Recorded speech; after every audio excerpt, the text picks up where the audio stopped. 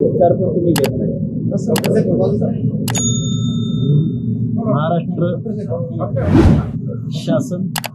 शासन जोपर्यंत आम्हाला आमच्या ओबीसीच्या आरक्षणाला कसा धक्का लागत नाही याचं उत्तर आम्हाला जोपर्यंत मिळत नाही, किंवा एका बाजूला शासन म्हणते ओबीसी आरक्षणाला धक्का लागत नाही आणि दुसऱ्या बाजूला जरांगे साहेब म्हणतात की आम्ही ओबीसी मध्ये ऑलरेडी घुसलेलो आहोत, मग खरं कोण बोलतंय?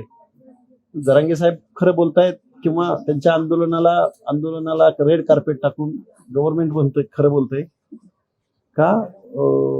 जरांगे साहेब खरं बोलतायत आणि मग आमच्या ओबीसीच्या मनामध्ये प्रचंड संभ्रमावस्था आहे. आपलं आरक्षण गेलंय का, आपलं आरक्षण राहिलंय का, किंवा काय? या सगळ्या गोष्टीची उत्तर शासनाकडून आपल्याला लेखी पाहिजे. आता काय असेल लेखी आम्हाला उत्तर द्यावं आणि राज्यपालांच्या सहीसह द्यावं आणि लेखी आम्हाला दिलं. ह्या दोन प्रश्नाची उत्तरं द्यावीत, लेखी द्यावीत. 54 लाख कुटुंबांच्या नोंदीद्वारे ओबीसी आरक्षणाला कसा धक्का लागत नाही हे मुख्यमंत्री आणि 2 उपमुख्यमंत्र्यांनी महाराष्ट्राला समजावून सांगावं. आणि जरांगे साहेब म्हणतात की आम्ही 80% मराठा ओबीसी मध्ये घुसलेला आहे आणि आता 20% सगळ्या सोयऱ्याच्या म्हणजे अध्यादेशाद्वारे आम्ही कायदा करून घेत आहोत. मला मराठा समाजातल्या स्पर्धा परीक्षा वगैरे देणाऱ्या मुलांचे कॉल येतात, सर आम्ही EWS फॉलो करतोय आणि आम्ही आता असं जर काय झालं तर पुढं काय करायचं? म्हणजे प्रचंड संभ्रमावस्था या महाराष्ट्रामध्ये आहे. आणि ओबीसी 12 बलुतेदार, 18 आलुतेदार, विजयंती ह्या माणसांच्या मनामध्ये एवढं भीतीचं वातावरण आहे की हे जर या ओबीसी मध्ये आले तर या छोट्या घटकांनी शिक्षण आणि नोकऱ्याच्या एंट्री पॉइंट असेल किंवा पंचायत राज असेल, ह्या गोष्टीमध्ये ह्यांना कशी स्पर्धा करू शकणार आहेत? हे सगळे बलुतेदार, आलुतेदार बांधव, सामाजिक मागास बांधव, शोषित, वंचित माणसं, ह्या सगळ्या प्रश्नाचं उत्तर मायबाप 12 करोड जनतेचं दायित्व असणाऱ्या मुख्यमंत्र्यांनी, आमदारांनी, खासदारांनी द्यावं. एका बाजूला तुम्ही ओबीसीच्या आंदोलनाकडे फिरकत नाहीत आणि दुसरीकडं तुम्ही जरांगे साहेबांच्या आंदोलनाला रेड कार्पेट घालता. काय चाललंय महाराष्ट्रात? असं असतो का महाराष्ट्र? काल धनंजय मुंडे असतील, पंकजा मुंडे आले, बरेच नेते आहेत या सरकारमध्ये, त्यांच्याकडून काही शिष्टमंडळ भेट वगैरे नाही? शिष्टमंडळ नाही, गव्हर्नमेंटनं आपल्याला फक्त उत्तर द्यायचं. आम्ही असं म्हणणार नाही की आम्हाला मुख्यमंत्र्याचा योग्य प्रतिनिधी जरी आला आणि लेखी घेऊन आला तरी महाराष्ट्राला समजावून सांगायचं. महाराष्ट्राला तुम्ही समजावून सांगितलं तरी आम्ही उपोषण मागू. चर्चेची दार खुलतील तरी कसं, म्हणजे समोर होईल तरी कसं? शिष्टमंडळ नाही पाठवत तर आता थेट सरकारने तिथे येऊन काही बोललं पाहिजे असं? सरकारच्या प्रतिनिधींना अधिकृत येऊ द्या ना. काल आले होते पण ते काही घेऊन आले नव्हते, ते आमचं म्हणणं ऐकायला आले होते. ते काहीतरी घेऊन येतील ना, मग विचार करू आपण त्यावर.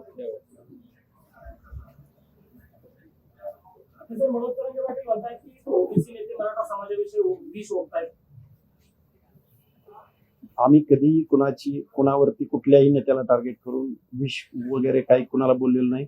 कुणाच्या घरावरती, कुणाच्या मालमत्तावरची नासधूस केलेली नाही. आम्ही कुठेही कायदा तोडून कुणाच्या तरी आरक्षणात घुसण्याचा प्रयत्न या महाराष्ट्रामधल्या कुठल्याही ओबीसीच्या नेत्यानं, कम्युनिटीनं केलेला नाही.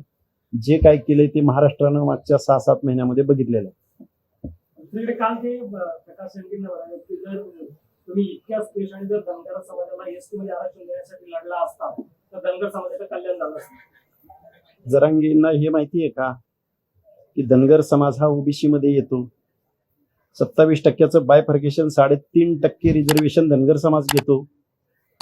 धनगर समाज हा लोकसंख्येनं महाराष्ट्रामध्ये बऱ्यापैकी मोठा आहे.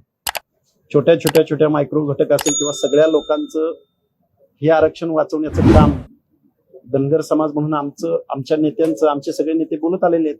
सगळ्या नेत्यांचं एकमत आहे. एकतरी नेता आमच्या विरोधात आहे का?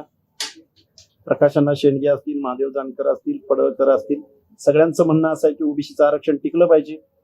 जरांगेंचं म्हणण्यात थोडंसं जरी तथ्य असतं तर आमच्यातले 1-2 नेते तरी त्यांच्या सुरात सूर मिसळला असतात. काय चाललंय? काय ओबीसीचं रिझर्वेशन टिकवणं, आमच्या ताटातला घास आम्ही टिकवायचा का नाही टिकवायचा? काय माहितीये जरांगेंना एसटी आरक्षण, त्याची लढाई, आणि काय जरांगेंना माहितीये विजय म्हणजे कोण, एनटी म्हणजे कोण, बायफर्गेशन काय माहितीये जरांगेंना?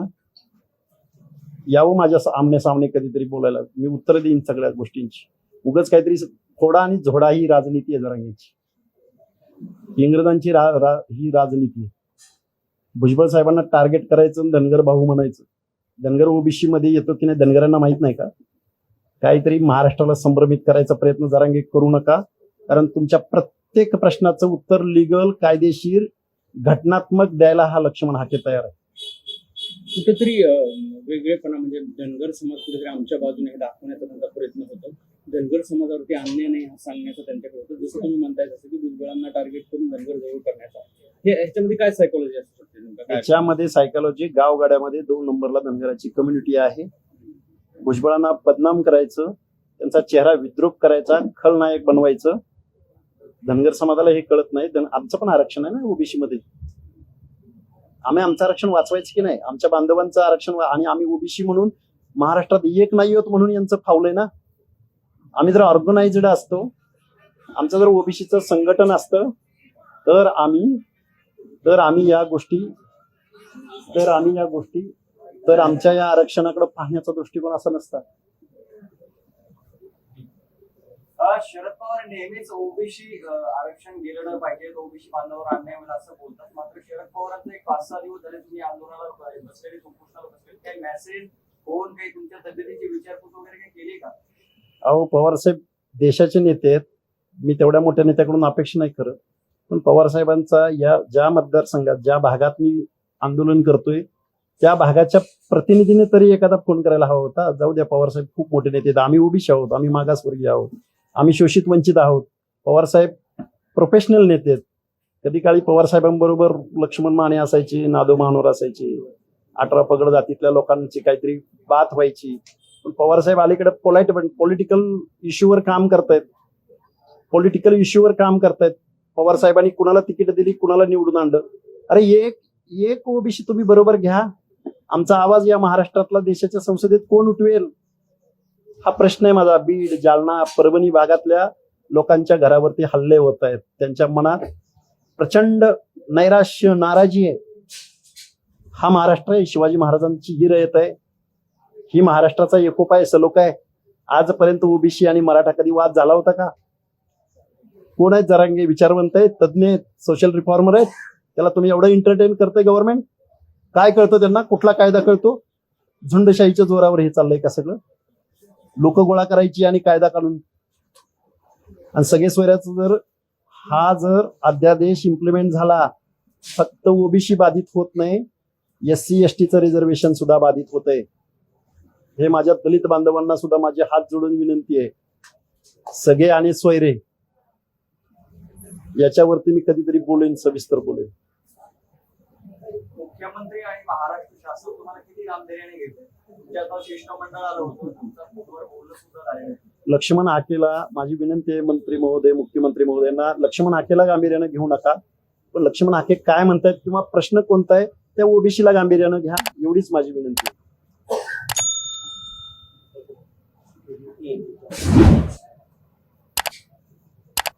काय तुमच्या पुढील काय मागण्या असणार आहे, आंदोलन कधी तुम्ही सोडणार? माझं गव्हर्नमेंटला मागणी आहे, एकच परत रिपीट करतोय की ओबीसीचं आरक्षण कसं संपलं नाही ते मुख्यमंत्र्यांना सांगावं. आणि जरांगे साहेब म्हणतात की आम्ही ओबीसी मध्ये घुसलेलो आहोत. मी त्यांचा शब्द डायरेक्ट वापरतोय तुमच्या समोर. आम्ही ओबीसी मध्ये घुसलेलो आहोत. कायदा तोडला नाही, 4 आयोगांनी नाकारलंय तुमचं सामाजिक मागासले. पण सुप्रीम कोर्टाचं 650 पानाचं जजमेंट आहे, औरंगाबाद खंडपीठाचं जजमेंट आहे. हे सगळं लॉ आणि ज्युडिशरी ब्रेक करून राजकीय आणि झुंडशाहीच्या जोरावर हे तुम्हाला ह्यातून काय मिळणार नाही हे तुम्हाला चांगलं माहिती आहे. पण ओबीसीच्या ताटातलं आरक्षण संपवण्याचा घाट या महाराष्ट्रामधलं ओबीसीचं आरक्षण संपवणं हा एकच उद्देश वेगवेगळ्या पक्षांच्या प्रमुखांच्या सहमतीनं आणि मुख्यमंत्र्याच्या सहमतीनं या महाराष्ट्रामधला ओबीसी संपवण्याचा घाट. इथून पुढच्या कालावधीमध्ये ओबीसीचा एकही लीडर देशाच्या संसदेत जाणार नाही, महाराष्ट्राच्या विधानसभेत जाणार नाही. याचा पुरेपूर प्रोग्राम या शासनकर्ते जमातीनं या महाराष्ट्रात चालवलेला आहे. मुख्यमंत्र्यांच्या भूमिकेबद्दल तुम्ही नेहमीच म्हणजे टीका केली, याच्यामध्ये खूप मुख्यमंत्र्यांची भूमिका पक्षपाती वाटते का या सगळ्या आंदोलनामध्ये दोन्ही आंदोलनात? मुख्यमंत्री महोदयांना माझं एकच म्हणणं आहे, तुम्ही 12 करोड जनतेचे मुख्यमंत्री आहात. आमचं सावित्रीमाईंच्या जन्मगावी जमदाडे नावाच्या युवकाचं 10 ते 11 दिवस उपोषण चाललं. तिथं लोकलचा प्रतिनिधी सुद्धा फिरकला सुद्धा नाही. आमचं भगवानगडाच्या पायथ्याशी मातुरी गावामध्ये कीर्तनी नावाच्या तरुणाचं उपोषण 10-11 दिवस चाललं. तिथंही तुमचा प्रतिनिधी फिरकला नाही आणि इकडं मात्र रेड कार्पेट घालताय. म्हणजे तुम्ही 12 करोड जनतेचे मुख्यमंत्री आहात का एका विशिष्ट वर्गाचे मुख्यमंत्री आहात? तुम्ही निवडून येतात, तुमचं प्रोबेशन राजकारण आहे. आमच्या ओबीसीचं प्रोबेशन सेवा देणं आहे, सेवा. बलुतेदार आलुतेदार. आम्ही गावगाड्यामध्ये पोटासाठी जगतोय आणि तुम्ही राजनीती, राजकारण, कोऑपरेटिव्ह सेक्टर, कारखाने, बँका, संस्था लीड करताय प्रत्येक ठिकाणी. आणि तुम्ही मागास असाल तर मग पुढारलेला कोण आहे या मुख्यमंत्र्यांनी आम्हाला सांगावं. महाराष्ट्रात कुठली जमात पुढारलेली आहे एवढंच आम्हाला सांगावं, तुम्ही मागास असाल तर. आणि तुम्हाला कुठले पॅरामीटर्स लावायचे ते पण मुख्यमंत्र्यांनी सांगावं. कुठलाही आयोग आला, कुठल्याही समिती आल्या तर हे एक्झर्शन हायली इम्पॉसिबल. तुम्ही आंदोलनाला बसले, काही पुण्यामध्ये पण आंदोलन उपोषणाला बसलेले आहेत आणि तुमचे विविध महाराष्ट्राच्या भागातून समर्थक तुम्हाला भेटायला येत आहेत. काय आव्हान आहे त्यांच्यासाठी? महाराष्ट्रातल्या ओबीसी, भटक्या विमुक्त जाती जमाती, एसबीसी आणि दलित समाजातली लोक आणि या महाराष्ट्रातले विचारवंत, साहित्यिक, लेखक मंडळी, ज्यांना समाजशास्त्र कळतं, त्या सगळ्या लोकांना हात जोडून विनंती आहे, मागास कोण आहे, बलुता कोण आहे, आलुता कोण आहे, कुणाला सामाजिक न्यायाची अपेक्षा आहे, कुणाला घटनात्मक तरतुदींची अपेक्षा आहे, कायदा कसा तोडला जातोय.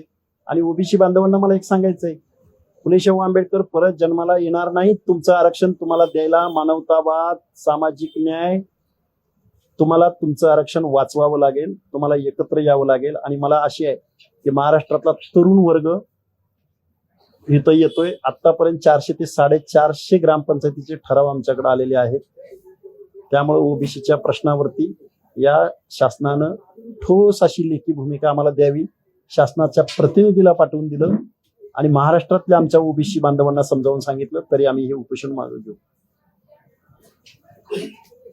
कुणबी प्रमाणपत्र जे दाखले तर खाराखोरीचा एक विषय तुम्ही नमूद केला. काल पंकजांनी देखील आमच्या तोच सवाल उपस्थित केला. याला कसं चॅलेंज होऊ शकतं? सरकारकडून कुठलीच अधिकृत माहिती यावर? हे बघा, एक प्रोसेस सांगतो. एखादं कास्ट सर्टिफिकेट आमच्या विमुक्त जातीच्या लोकांना काढायचं म्हटलं तर त्याला 1960 पूर्वीपासूनचे पुरावे मागितले जातात.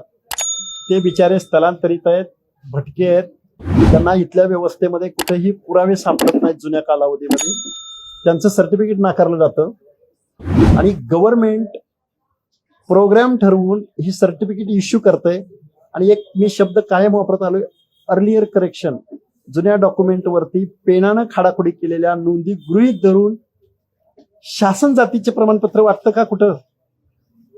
नागरिकांना ऍप्लिकेशन करायचं असतं, त्याची स्क्रुटिनी होऊन स्वायत्त संस्था त्याला ते सर्टिफिकेट देतात. कास्ट व्हॅलिडिटी विभाग त्याचं रेकग्नायझेशन करतं आणि तर गव्हर्नमेंट प्रोग्राम ठरवून सर्टिफिकेट वाटतंय. हे ओबीसी आरक्षण संपवण्याचा घाट आहे. कायद्याच्या कसोटीवर किती टिकणार आहे हे सगळं तुम्ही जे सांगता? कायद्याच्या कसोटीवरच मी बोलतोय. हे टिकणारच नाही. अर्लियर करेक्शन, कुठली तरी मराठा डॉक्युमेंट सापडलं की त्याच्या पुढे शब्द लिहायचा. मग सगळ्यांचे सापडत नाहीत म्हणून सगळे सोयरे. गावातल्या एका माणसाचं सापडलंय, मग एका माणसाचं सापडलंय तर मग सगळ्या सोयऱ्याचा जर अध्यादेश आला अख्ख्या गावाला ते सर्टिफिकेट इश्यू होणार. काय कायद्याचं राज्य आहे हे? महाराष्ट्र कायद्याचं राज्य आहे. घटनेची तत्व फ्रॉड आहे हा कॉन्स्टिट्यूशनशी. मी डायरेक्ट बोलतोय, माझा प्राण गेला तरी चालेल. हे फ्रॉड करतंय गव्हर्नमेंट. राष्ट्रपती, राज्यपाल, कोण संविधानिक अथॉरिटी असलेल्या माणसांना माझा अपील आहे, हे लोकनियुक्त सरकार, घटनेची शपथ घेतलेलं सरकार प्रोग्राम ठरवून फ्रॉड करतंय घटनेशी. ओबीसीचे हक्क, अधिकार आणि ओबीसीचं आरक्षण संपवण्याचं काम इथलं गव्हर्नमेंट करतंय. साहेब, आता जरांगे म्हणाले की एसटी आरक्षणाच्या बाजूला आपण लढावं, नेत्याचं ऐकून उपोषण आंदोलन करू नये, राज्यात मराठा विरुद्ध ओबीसी वाद लागणे शक्य आहे. कुठल्या नेत्याचं मी ऐकलं? ऐकून आपण आंदोलन एसटी रिझर्वेशनची धनगर समाजाची मागणी अनेक वर्षापासूनची आहे. पण आमचं आत्ताचं ताटातलं 3.5% 27% 3.5% रिझर्वेशन धनगर समाज घेतोय. आमच्या मुलांनी आता नोकऱ्या बिकऱ्या कुठेतरी शिक्षणामध्ये नोकऱ्यामध्ये आमची मुलं येत आहेत पुढं. एसटीची मागणी आमची खूप जुनी आहे. पण जरांगींना एवढं कळत नसेल की आम्ही 27% येतो. आमची संख्या थोडीशी महाराष्ट्रामध्ये जास्त आहे. ह्या आमच्या आरक्षणाचं संरक्षण मायक्रो कम्युनिटीनी करायचं का? आमचं कर्तव्य आहे. आम्ही 3.5% रिझर्वेशन घेतो आणि आमच्यातला कुठलाही नेता सगळेजण आम्ही भुजबळ साहेबांबरोबर आणि ओबीसी चळवळी बरोबर आहोत. आमचे पडळकर साहेब असतील, आमचे जानकर साहेब असतील, आमचे शेंडगे साहेब असतील, जेवढे म्हणून नेते आहेत ते सगळे नेते आमच्या ओबीसीच्या न्याय हक्क अधिकाराविषयी लढतायत, झटतायत. त्यामुळे इंग्रजांची नीती अवलंबणं बंद करा जरांगे. तुमच्या कुठल्याही प्रश्नाला आम्ही प्रतिवाद करणार आणि महाराष्ट्रामध्ये आम्ही 50%हून जास्त आहोत. आम्ही जर एकत्रित आलो तर तुमच्या सगळ्या प्रश्नांनी सगळे जे ही जे चालू आहे कायदा भंग चालू आहे याला आम्ही उत्तर देणार. गरजा हिंदुस्तान चॅनलला सबस्क्राईब करा आणि ताज्या घडामोडी जाणून घेण्यासाठी बेल आयकॉनवर प्रेस करा.